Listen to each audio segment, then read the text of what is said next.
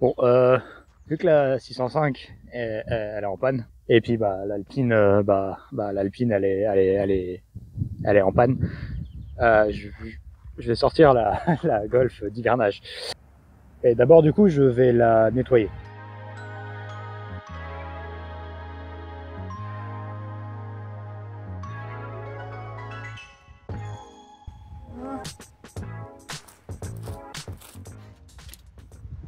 Vous me demandez peut-être ce qui s'est passé là, parce que pour me souvenir, j'avais un panneau de porte. Non, la réalité, c'est que bon, une des premières causes de mortalité chez les Golf 2, c'est l'introduction d'eau. En fait, l'eau passe ici, s'introduit, coule le long de la vitre à l'intérieur, coule le long du plastique.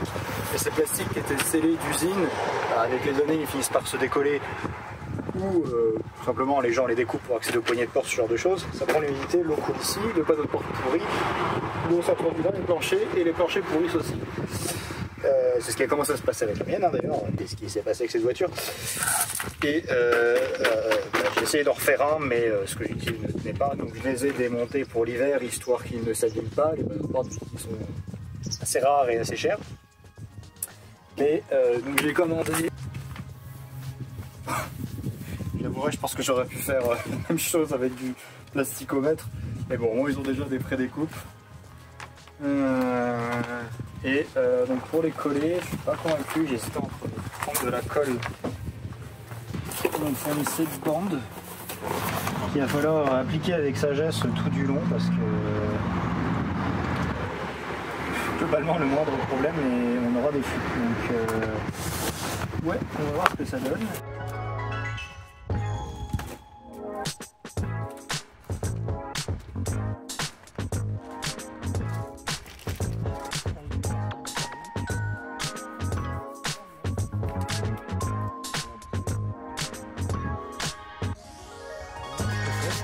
J'ai la poignée passager qui est HS, et cette poignée-là qui est très très dure. Alors je vais essayer de la démonter au WC et aussi mettre ici la baguette donc plastique qui allait ici d'origine, parce que cette voiture, faut savoir, n'a aucun chrome. La poignée de l'autre côté, c'est pas la bonne, c'est juste une baguette d'habillage.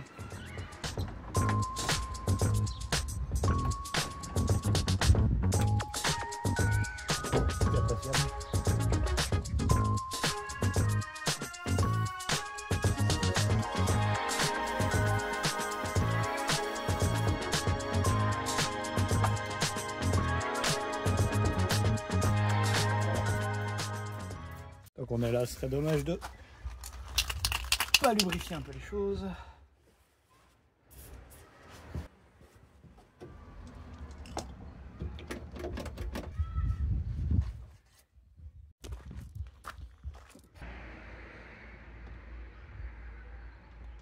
Freeman.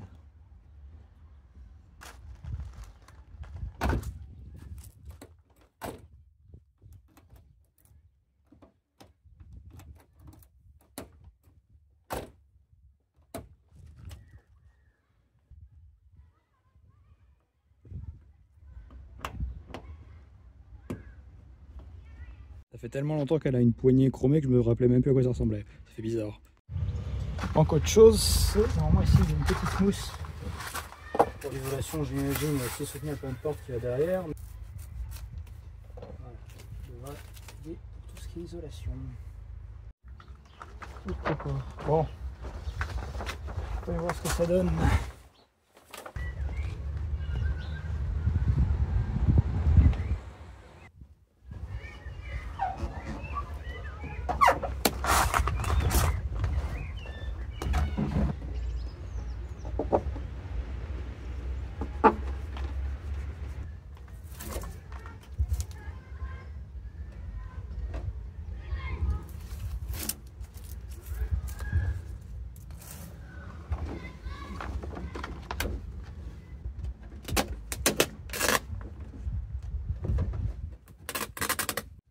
Bon, et puis là, si ça fuit encore, je vais faire à mes jours.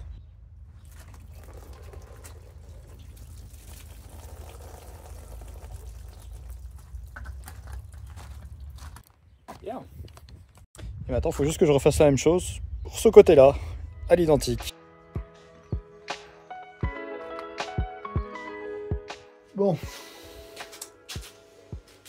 Comme je vous l'avais vu On s'est fait chier à mettre donc, un contre-porte en plastique et tout, mais ça n'empêche que l'humidité peut s'accumuler à la surface du plastique avec la différence de température. De la perméabilisant pour chaussures, c'est du carton, donc je ne sais pas l'efficacité, mais du coup je vais mettre ça à sa surface, à l'arrière. Le but c'est pas évidemment de le rendre imperméable, mais de le protéger un peu si j'ai quand même de l'humidité qui se met derrière.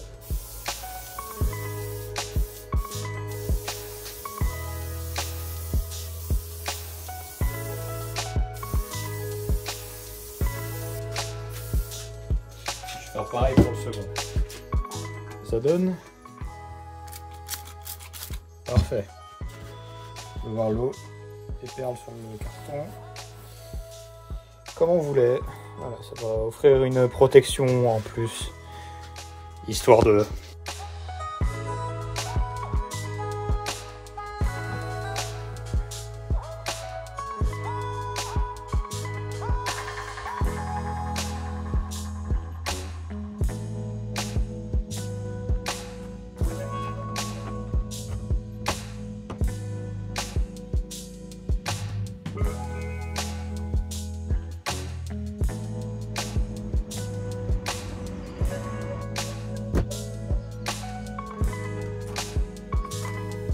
Maintenant, je vais essayer de m'occuper des commodos parce que depuis que je l'ai redémarré,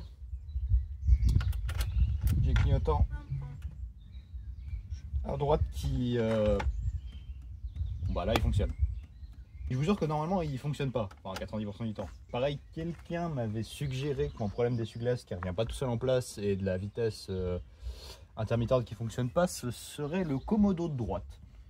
Bon, ces commodos sont d'origine, c'est possible, mais bon, pour moi c'est sûrement un relais qui déconne. Donc, bon, bah, je vais essayer de regarder ça.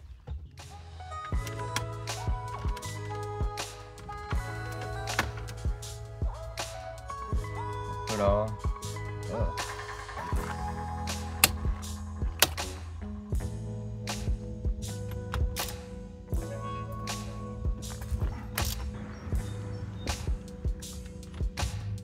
Pas vraiment dire que mes pièces de rechange inspirent la qualité comparée aux pièces d'origine, mais surtout là, la texture ici, bon, après c'est peut-être aussi l'éclage, et les pièces étaient quand même beaucoup mieux usinées, et surtout si on compare les impressions, celles-ci au bout de 6 mois, elles sont effacées. Celles-ci au bout de 35, elles sont encore intactes, donc bon, et en tout cas ça a l'air d'être les bonnes pièces, donc ouais.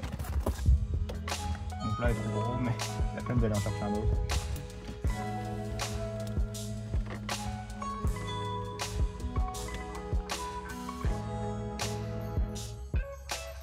Ah ouais. On peut voir la gueule des contacteurs. Regardez toute cette oxydation. Ça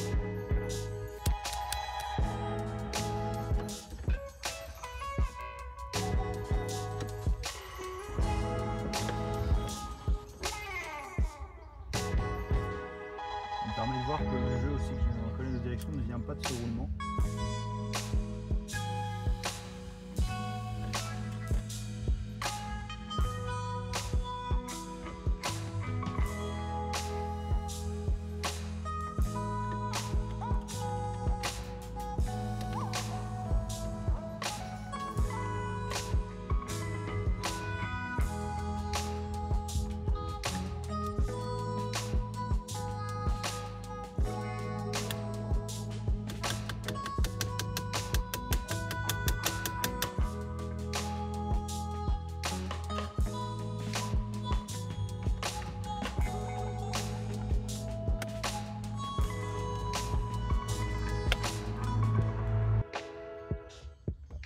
Je vais essayer 2 crans, je pense que c'est un peu plus comme ça, mais on va essayer. Bon, on va pouvoir tester si tout fonctionne.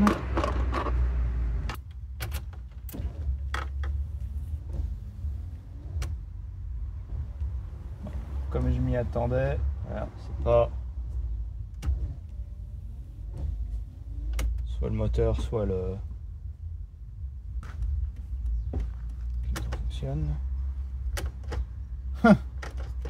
Cette blague. Cette blague, il fonctionne. J'en peux plus, c'est une blague.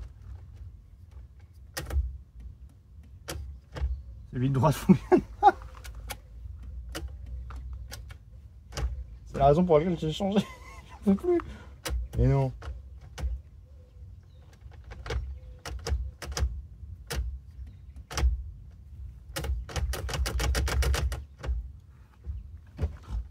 Sans déconner quoi.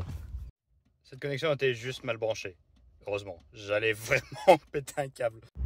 Et puis maintenant qu'on a une ancienne qui roule, il est temps de se rendre à la première exposition de l'année, c'est-à-dire la bourse aux pièces locale annuelle de la ville la plus proche.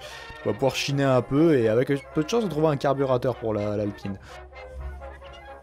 Bon bah comme chaque année, il y a un parking où on peut égarer nos véhicules de collection, donc il y a quelques véhicules sympathiques, hein, dont une Golf 2 première main, je citerai pas le nom. Là on voit une 4L, une Renault 18 si je dis pas de conneries. Un Avantime, je sais pas ce qu'il fout là, une Talbot je sais pas quoi, je me rappelle pas des noms de Talbot, et petite anecdote sur cette BX, la première fois que je suis venu ici, à cette expo, on m'a refusé d'entrer avec la BX, parce que c'était une BX, ce qui m'a pas mal marqué, et là aujourd'hui il y en avait facilement 3 sur le parking. On repasse à côté d'une autre 4L pour cette Renault 12. Une américaine de type Camaro, un fameux C15, une vieille Merco, et cette R5 Turbo, et puis bah une CX Ambulance, j'avoue c'est pas commun. Puis je réitère la prolifération de BX, et cette superbe 504 Cabrio, suivie d'une Renault 21, hein. Maintenant bah c'est des voitures anciennes, hein, comme cette Power d'ailleurs. J'ai peut-être passé un peu trop de temps sur cette Renault 25, mais j'avoue qu'elle m'attire de plus en plus. Étant monté dedans une dans petit, c'est vraiment l'une des voitures les plus confortables que j'ai connues, même plus que la BX et la 605, honnêtement. Hein, c'est comme ça, je sais pas. Et puis cette Golf 1 avec des jantes dont je ne commenterai pas sur l'originalité, mais bon. Et des 4L encore, c'est bien les 4L. Hein. Et nous voilà au cœur de la question, c'est-à-dire la bourse aux pièces. Voyons voir ce qu'on peut trouver ici. Il y a vraiment pas mal de trucs, hein, honnêtement, c'est super. Cette jante, très grosse. Les carburateurs, ouais, ils seront peut-être un peu petits pour l'Alpine quand même, faut pas déconner, va falloir voir plus gros. Et je me disais, des longues portées sur la Golf serait peut-être sympa pour y voir quelque chose la nuit, parce que j'y vois vraiment rien. Et des jouets, en veux-tu et vous voilà. Ce sera sûrement trop cher, mais si t'en veux, il y en a. Et ces feux sont peut-être un peu vieux pour la Golf quand même, faut pas déconner non plus, hein, il y a des limites. Et ça vous rappelle rien? Si, c'est ceux qui étaient sur la Golf pendant un temps. Et là, il est un peu bidon, ce stand. Bon, ma blague aussi. Bon, ouais. Et là, c'est des pare-chocs de GTA. Les boîtes neuves. J'adore les pièces d'ancien stock. Neuves, c'est génial. Les vélos, voilà, c'est des vélos. C'est bien, hein. Des magazines! Plein de magazines et de livres et de machins. Et là, plus de feux. Non mais, qui accumule autant de feux, sans déconner? Non mais, pourquoi? Téléphone Testarossa, imagine t'appelles avec une Testarossa, classe. C'est vraiment le tête de Delco la plus classe que j'ai jamais vue, elle est translucide. J'ai même pas osé demander le prix. C'est des klaxons, pour klaxonner. Ça fait quoi de ça? Oh, bonne question. Et puis on passe à l'intérieur, hein, pour plus de stands. Là, on notera la plus grande collection du monde de têtes de Delco. Hein. C'est bien. Et là, c'est le tournevis le plus long sur Terre. Il est bien, hein. Très long. Et on repasse à l'intérieur pour une mini-exposition, ainsi que cet espace 1, qui m'attire énormément jusqu'à ce que je vous laisse deviner le prix. 3 €. Ouais, c'est beaucoup trop cher, c'est une épave, faut pas déconner. Mais j'adore l'espace 1, surtout ces jantes, elles sont vraiment superbes. À contrario de ces enjoliveurs sur une Simca 1501 ou 1300, je sais pas. Et je repars pas bredouille, quelques logos pour la Golf. Bon, j'espère que cette petite vidéo, un petit peu bonus, le temps que je reçois les pièces nécessaires pour l'Alpine, vous auront plu. J'espère que la semaine prochaine ou la semaine d'après, ce sera une vidéo sur l'Alpine. Allez, merguez-moi vôtre. Les routes dans la Vienne sont